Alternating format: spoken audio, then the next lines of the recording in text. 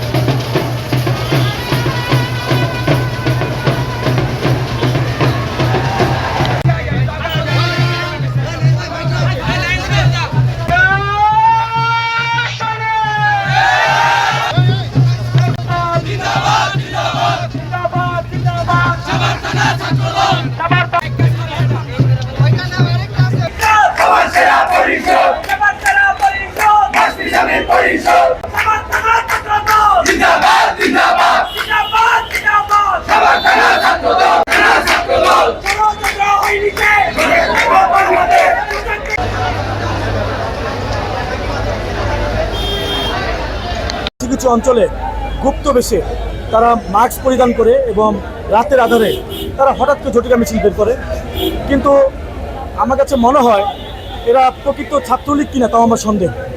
তারই আমার আরেকটাও সন্দেহ যে আমার মনে হয় তারা হয়তো কোনো ভাড়াটের লোক হতে পারে, তারা মাদক ব্যবসায়ী হতে পারে বা সন্ত্রাসী হতে পারে, তাদেরকে হয়তো আওয়ামী লীগ কাজে লাগাচ্ছে, এটাও হতে পারে। কিন্তু আমি তাও বলতে চাই দৃঢ়কণ্ঠে যে এই সাভারে এই ব্যান করা দল, এই ফ্যাসিস্ট ছাত্রলীগ আর মিছিল করতে পারবে না। তারা যদি কোনো কারণে এই সাভারের মাটিতে দাঁড়াতে চায় তাদের আমরা সত্যতা প্রতিহত করবো ইনশাআল্লাহ। এবং আমরা আরও বলতে চাই যারা এই খুনের সাথে জড়িত, গণহত্যার সাথে জড়িত, তাদেরকেও আমরা মোটামুটি আমরা যদি পাই আমরা আইনের হাতে সুবদ্ধ করবো। আমাদের ছাত্রনেতা কর্মী কেউ আইন হাতে তুলে নেবে না। ধন্যবাদ সবাইকে।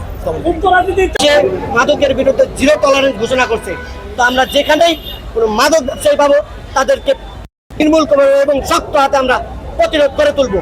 আপনারা এখনো জানেন ছাত্রলীগের ক্যাডার বাহিনী আছে যারা এখনো মাদক ব্যবসার সাথে জড়িত আছে, তাই আমরা তাদেরকে দৃঢ় কণ্ঠে বলতে চাই এই সাভার আশুলিয়ার মাটিতে আর কোনো মাদক ব্যবসা চলবে না, কঠোর হাতে দমন করা হবে।